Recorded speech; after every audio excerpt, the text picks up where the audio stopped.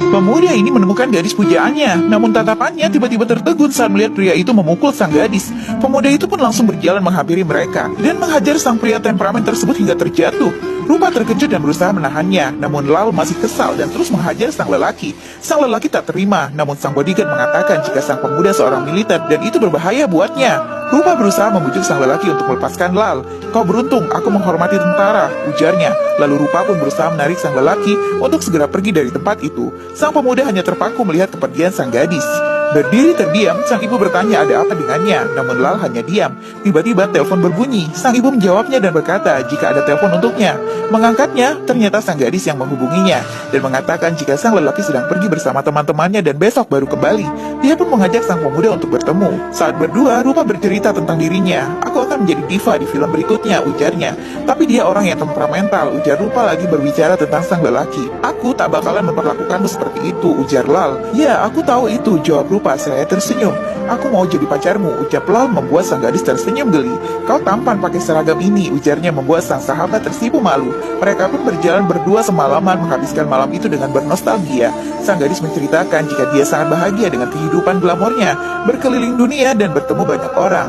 Namun sesungguhnya dia hanya dijadikan sebagai pelampiasan dan tak lebih dari seorang pelayan. Namun dia berusaha tetap tersenyum tegar di hadapan sang sahabat yang sangat mencintainya itu. Mereka berfoto bersama, mengabadikan momen itu dan berjalan hingga pagi menjelang. Sang gadis pun pamit padanya jika dia akan ikut sang lelaki ke Dubai. "Kau tak perlu ke Dubai," ujar sang pemuda.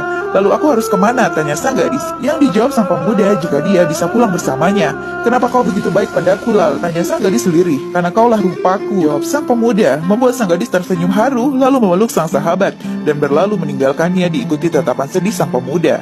Dan sang pemuda pun kembali ke tentaraan dan berpergian selama setahun bersama tim pelari. Saat pulang, hari itu tiba-tiba seseorang memanggil namanya. Ternyata dia adalah Muhammad Paji, musuh yang telah diselamatkannya itu. Lalu dia pun diajak pulang sang lelaki ke rumahnya yang sempit. "Apa ini rumahmu di Mumbai?" tanya Lal. "Aku berusaha mati-matian agar pulang." "Berusaha? Dan mereka mentelantarkan orang yang hampir mati," ujar sang lelaki. "Bukankah mereka menerima orang yang masih hidup?" tanya sang pemuda.